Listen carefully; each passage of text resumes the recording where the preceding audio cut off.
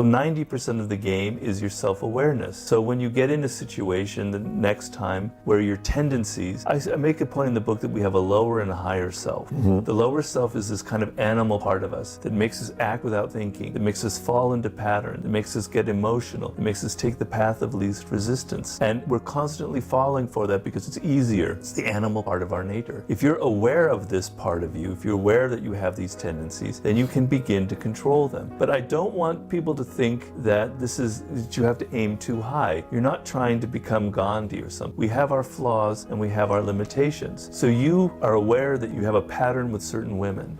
Have an example of a student who's thrown out of school because he's not studying hard enough, and the teacher says he's gonna have to do all of this work at home in order to graduate, and he's gonna have to study at home, but I can't have him in school because he's like dealing drugs, etc. And the kid is like, God damn it, I'm not gonna study at all, that guy. I'm just gonna be a slack. And his mother went to a psychologist who trained her about how to use reverse psychology and said, look, you try and get him to study will make him worse. Dude, try this approach. Try telling him that the teacher wants him to fail. The teacher gave him all of this work knowing that he wouldn't succeed because he knows you're a slacker. And if you could prove him wrong, can you imagine how great that will feel to show that asshole up? So if you study hard and actually graduate, you'll make him look like a fool. And it worked. We tend to emphasize in our culture intellectual as a form of intelligence. But being really good with your hands or being really good at sports is a form of intelligence. You are naturally drawn to one of these 5 forms. You have to know what that is. And when you were very young, you felt naturally drawn to certain things. When I was a kid, I was drawn to words. I was obsessed with language and words, and I was obsessed with strategy, warfare, and war games and sports. And so, eventually that's sort of what I ended up doing.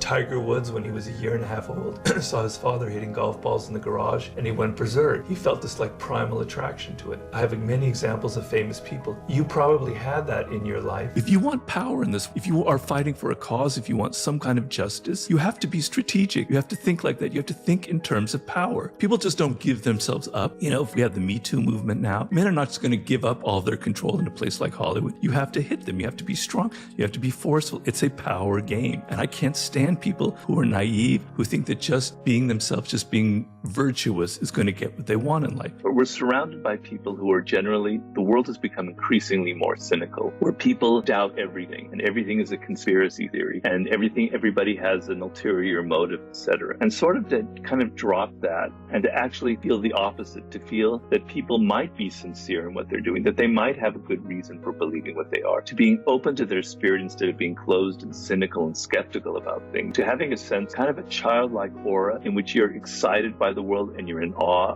of things, and you think that people have interesting ideas and you're going to try and get inside their ideas, is an incredibly seductive tactic. It's incredibly powerful because it's so rare in this world where everybody thinks they have the right answer and everybody else is so stupid. So dropping the kind of cynicism and kind of opening yourself up to the spirit of other people is exactly what you need in the kind of modern court worlds that we live in. It's all human. I go through it myself, is to feel, why did it happen to them? Why couldn't it have been me? Maybe they don't deserve that good thing that happened to them. Maybe they're not as great as people think they are. To go the opposite direction and to literally force yourself and to make it a habit of, that's wonderful. And not just to fool yourself, but to literally feel inside of yourself joy at their good fortune, to experience it with them. And in the process of doing that, they will sense it and they will feel incredibly grateful because it's rare to have someone truly participate in your good fortune, etc. Your attitude towards life, you have an attitude, and I call it the way you look at the world. It's a lens. That attitude can be complex, but it usually has a single dominant component. It could be anxious. You're anxious about everything, worried. It could be insecure. People are looking at me strange. Do people like me, etc.